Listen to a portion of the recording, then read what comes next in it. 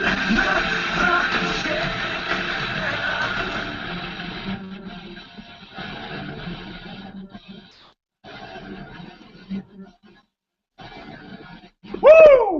Man, I'm excited. This is a success series, and I appreciate you guys for logging in. Every time that we do these, I'm so honored to have the guests that we have, and today is no different. I've been able to connect with Victor Bell. He's one of the foremost authorities when it comes to male entrepreneurship, mentorship, founder and creator of the Champion Army. He's worked with Navy SEALs, professional athletes, special forces guys, entrepreneurs, and from all over the country. And it's just really excited to have him. And I think that you guys are going to love his story and love his message. So without further ado, Vic, say what's up to everybody. What's up, guys? How's everything going? Appreciate you having me on. Going good. Where are you located at, Vic? I'm in Hawaii, the island of the beautiful Oahu island of Hawaii. So love it here. Love it here. Been here for a long time. I've never had the pleasure to get to Hawaii, but I imagine someday here soon I will definitely make it that way and check everything out that you got going over there live and in person. I know Mr. Stewman's coming out there here before too long, no? Yep, looking forward to it, man. This month is coming out to the War College that we got. Awesome. So why don't you tell us just a little bit of background? Let us know, who Victor Bell is, what your story is, and how you came from the entrepreneur that you were in the real estate and investing world to working with mentors and coaching entrepreneurs to develop this movement and really changing the world. I believe with the message that you have and the men that you're building up. For sure, man. For sure. Again, I appreciate it.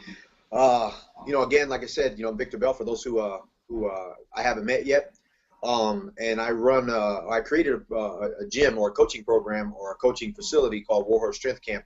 But ultimately how everything started was I was a real estate guy. I was like one of the poster boys back in the day for no money down, buy houses, cash, no credit.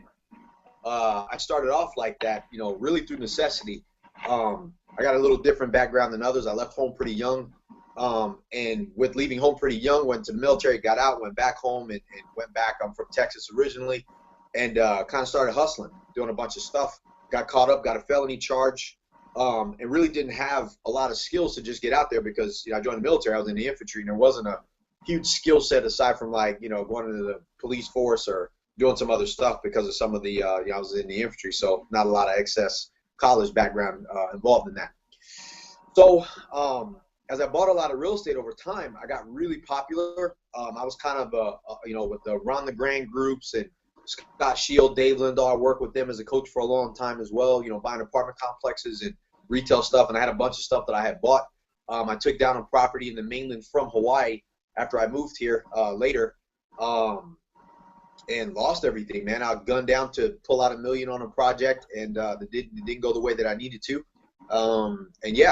Freaking found myself bankrupt pretty fast. Paid everybody back, and didn't really know what the hell to do. So, and as anybody that's heard my story, knows that it was kind of a turning point of me really just going dark. And I know, a lot of the things that I connect with all my guys are the fact that they tie a lot of their identity to who they are, what they do, and what they got. And you strip all that shit away. I can cuss on your show? No? Yeah, for sure. Okay, for sure. You strip all that shit away. Good. And nothing's left, man. The guys are walking around like, who am I? And, I was one of them. So, naturally, I found myself kind of really chilling out at the beach, wondering, like, what the fuck am I going to do? Like, I felt like I did everything right and really, man, in tears, like, kind of, as we all know, Hawaii is a beautiful place. The sun is always out. So naturally that sun's on my face. I'm sitting halfway in the water, halfway out, doing all the things that I had done to get where I was. And then I found myself with none of it and kind of questioning like who I was because I was embarrassed. I mean, let's be real. I had been on the stage. I had been on all these calls. I had done all these trainings for all these different people and even for my own people that I brought on board. And now I'm the guy that ultimately didn't have shit. And it's like, it's hard to go back to that space. And it's also hard to reach out for help during those times too, because I got a family. And that's the only way I knew how to make money. So, the common dogma is you go bankrupt and you're done. And I even though I knew all the no money down strategies, just like everybody else. So, you know, I'm kind of figuring that part out. Get up, walk to my car, listen to some CDs, and it was kind of like, all right, you know, I didn't hear an answer from God as I'm crying out, like, what do I do? Shit like that. And it was something that I was listening to that kind of prompted me to be like, okay, you know what? Wait a minute. You got a choice here. You can fight this shit out because, you know, I did MMA and I was a professional fighter at some point and wrestling and doing all this stuff. So I get the tenacity level of what's needed. And I went into it to buy stuff, but I didn't realize the crossover that it had for getting me out of the challenges that I have, right? So, yeah, like, you know, I fought, scratched, borrowed money to get to a few trainings so I can get an understanding from a mental capacity of who I really was again, because I already knew what to do. I just didn't feel like I had the personal strength or the personal power to kind of get the shit done. So when I get there, man, I'm seeing all these people have these huge breakthroughs, and I'm like, these people don't have any fucking problems. Like, that's their only challenges, like, you know, trying to get their kids to go to bed on time. But that was big to me. So when I took a, you know, on the plane right back, man, I took a bunch of notes, and I did everything that I could to kind of map out this thing that I felt like was going to get me back on track. Lo and behold, man, I stayed in that bankruptcy process for a long time because I made a lot of money and I didn't have any, and the courts couldn't understand why. They thought maybe I was hiding it because of the way that the strategies work for us. And when they finally let us out, I put my nose down and I'll just say it, freaking, man, I went fucking balls out getting shit done. And within 90 days, I had picked up a little over $11 million worth of real estate. Nice. And I like to share with people, it wasn't the stuff. It wasn't the how-to shit anymore. You can only learn so much of that before it has to fall on the shoulders of the man implementing the plan. And that's where I was. So I did that, and I kind of still stayed in hiding a bit because, again, I went through this phase where it's like I didn't have anybody on my team. I had a lot of people prior to my calamity, and then all of a sudden they were all gone because I was just kind of out there fighting that battle by myself. So I was still, like, angry with the world, so to speak. And, you know, I just kind of turned all my efforts back into the MMA and the wrestling because that's truly how I had kept saying throughout all of it. And then even before that, when I was buying real estate, that's how I kept saying from the stresses of kind of maintaining a portfolio that big prior. So I kind of leaned on that stuff. I dug deeper into that, and I started doing, you know, the strength and conditioning training for, you know, my guys that I was already training with. They have fights, man. They started winning championships. They started winning belts. It took everybody's game to a different level, and my training strategies are a little different because my strength and conditioning is kind of off the beaten path. It's heavy ladled, old school, big time. But I found value in it because it was different, and my guys found value in it too. So we kept on going with that, you know, kind of pushing on down the line with my story. And throughout that course of time, sparring with some buddies of mine. I'd taken some pretty bad head trauma when I used to fight professionally, and sparring with my guys that had a big fight coming up. I got hit in the face, and about a couple months later, I was partially blind in this eye. I lost about 40% of my vision. I really didn't know. I was just kind of walking around. It just kept getting worse. I just kind of kept doing my thing. Go to the doctor. Said I was going to be blind in a month. Plus, I had some specific surgery, which I dicked around with that and lost a little bit more vision, being stubborn. And eventually, I had the surgery and was face down in the bed for a while. Went through about a year's worth of recovery with that. And when I finally took I had both patches on my eyes. I took the patches off. Finally, when I was able to write, I wrote a 10-year letter to myself saying what was going to happen. I didn't have a gym at the time. I was just training athletes in my yard, actually. And, yeah. So I wrote shit out. As a matter of fact, stuff I wrote down, you know, even the space that I'm in wasn't even available at the time. It was just, I knew where I was going to be. I knew what I wanted it to look like. I knew everything. And I put the same tenacity that it took to get all my properties back was the same mental fortitude that I had to have from learning how to drive again and, you know, how to freaking see again and how to freaking not overreach for a spoon and shit like that, or even freaking how to go to the bathroom without overwiping, right? So, you know, it takes a lot of different mental fortitude, but it all came from just the baseline strategies that it took when I lost everything. So over time, I ended up learning that the strategies that I didn't think were important, going back and forth and kind of being the golden child to be able to buy properties and to train athletes and stuff like that, was less about the how-to stuff and more about, really it turned out to be the program that I put together, which in essence, my program wasn't a program. It was just my personal notes to get shit done and the things that were very effective and challenged me above the level of the challenges that I was going through at the time, and then I was able to face those things way easier. You know, and as I began to grow the gym, naturally, I reached out to more coaches. I'm not a gym guy. I never owned a gym before, and I've created the best strength and conditioning brand, I think, period, on the market ever, because we don't have a competition, if that makes sense. And I formed our coaching facility into be pretty much the only coaching facility out there that's really a personal development company where we actually train athletes and fighters and entrepreneurs at the same magnitude, not even just from a physical level, but from a personal development standpoint because of these strategies. And we continue to climb the pack and help these guys win business and their athleticisms.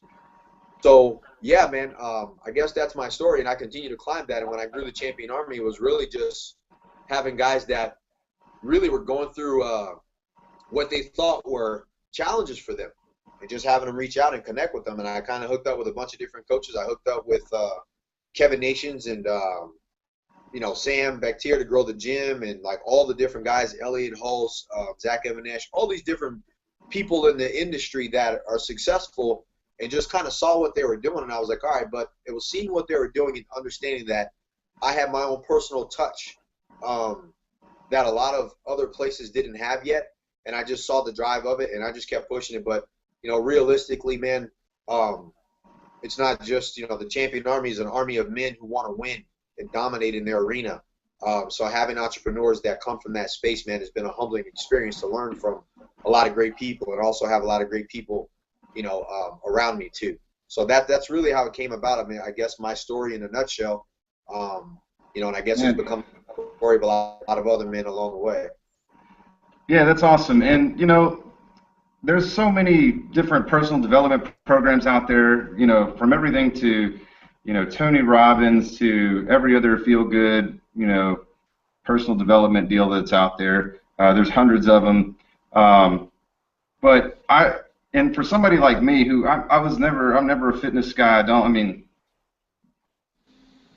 don't work out. Look at that. I mean, that's that's a boss. I'm not a workout guy.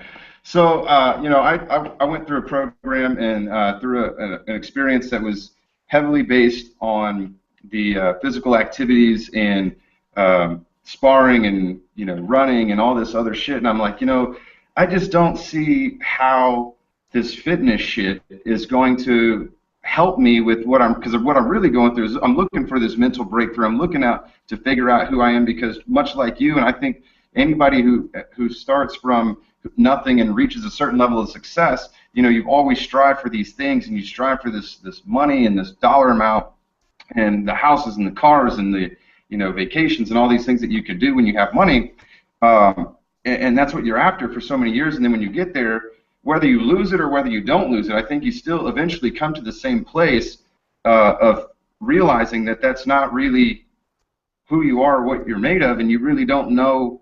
And then you get on this search of who am I really, what is it all for, and, you know, what am I made of? And you know, going through a physical experience, actually, you find so many ways that things that you go through physically, how that correlates back to your everyday life.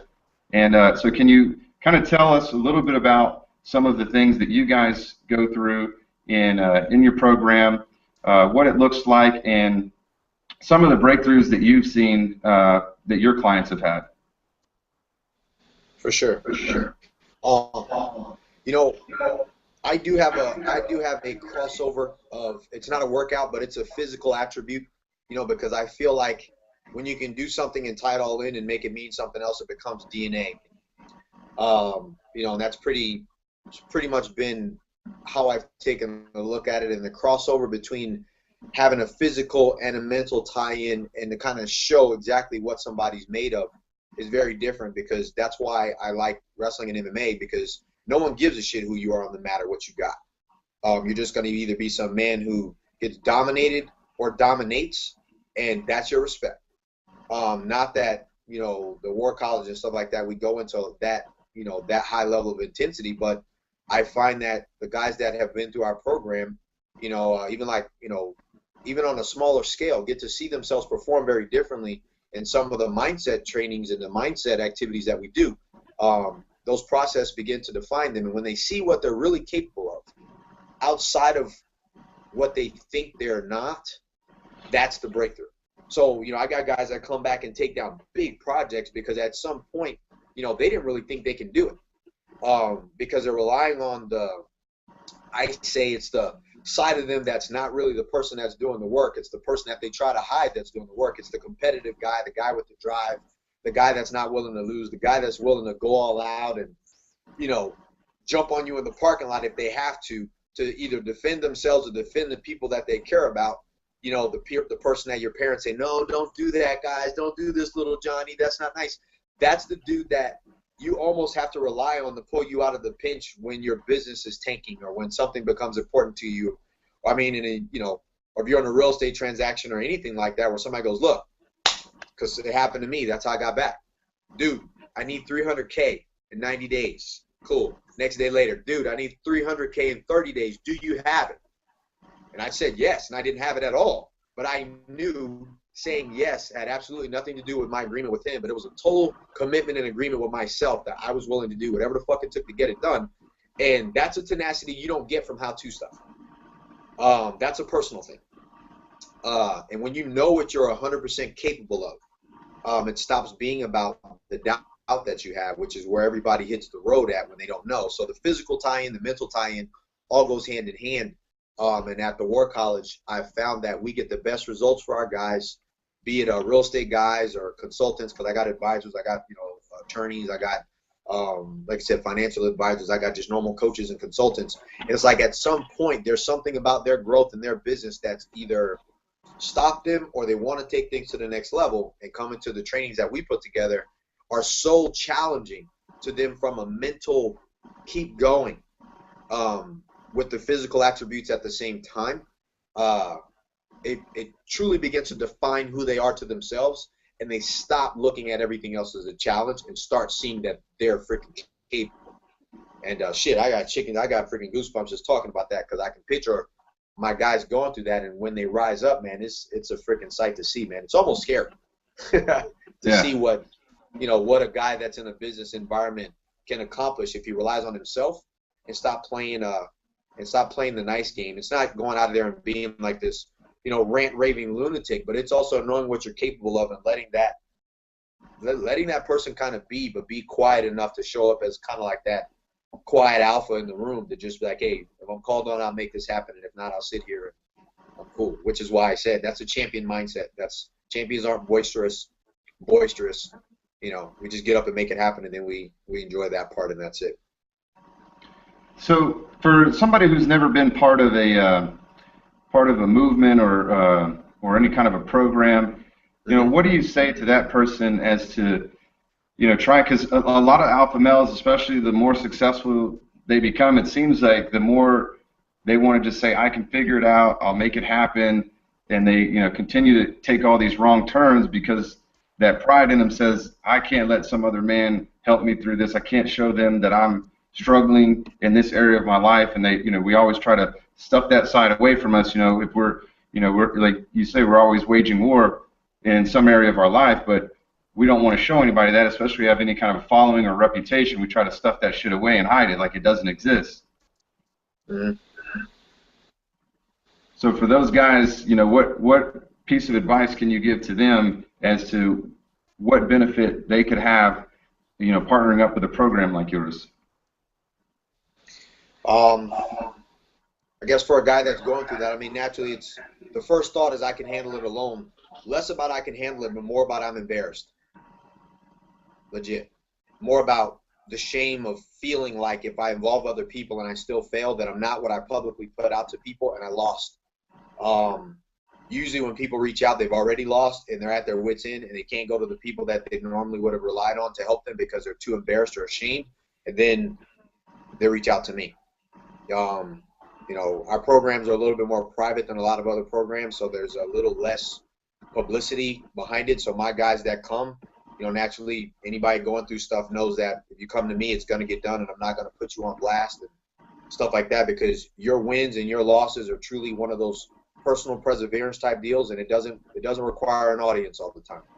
So I guess if I can give any advice to those guys, I'm like, you can continue to try to fight this out yourself, and you may win sometimes, you may not win sometimes, but as it becomes important to you, and as it becomes one of those things to where it's like losing no longer becomes an option, and if you try to go it alone, you won't always be able to see everything in front of you.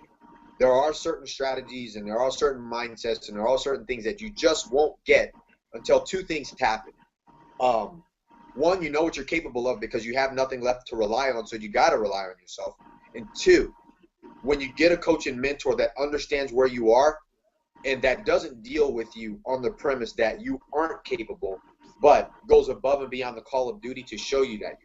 For you to understand, not for somebody to pump you up and make you feel good about it, but to actually show you that, dude, you can fucking handle this. Let's make this happen. Totally different feel. And that's not necessarily giving in, so to speak, but it's proving that you have real strength by going to a group of guys or a group of person or a coach or a mentor that also has a high threshold to help you get there without coddling you along the way and kind of just making you weaker than you were before you came. So I guess in that instance, it would be to reach out, man. Don't try to always do stuff by yourself. Know that there's always a way to get it done. And when it becomes real for you, stop guessing, stop waiting.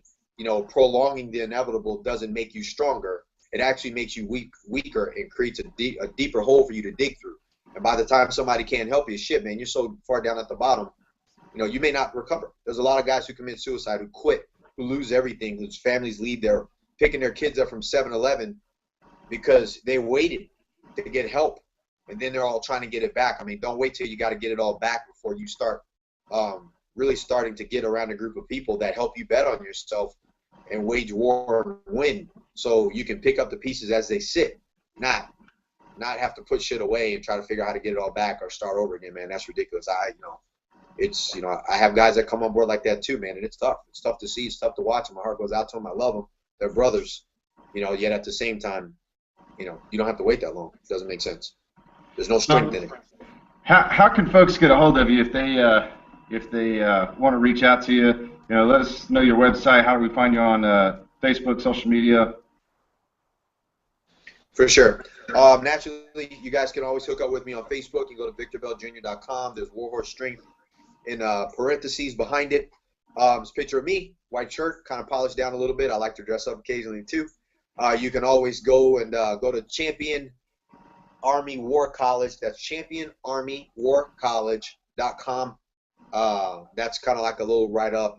It's a little bit about what we do and stuff like that, and you can fill out the application there and let's talk. It's more of an application with an interview process because, we're looking for a specific guy. We don't just take everybody. It's like that for a reason. We really want guys that's ready to step up and play a bigger game. So that's it. And then, like I said, between social media, I'm on Instagram under Warhorse Strength. I'm on, you can find me on LinkedIn under Victor Bell Jr. So I'm pretty much everywhere. Hell, you can Google me and put Victor Bell Real Estate, Victor Bell Champion Development Academy. You can, whatever. You'll see a bunch of shit going way back, 10, 20 years ago. I've been around. And we'll put all this up on the website too as well. Man, if you connect with Vic on Facebook, he's got some really great content out there. Shares a lot of inspirational videos, everything from being in the gym to being on the beach to the office to all kinds of stuff.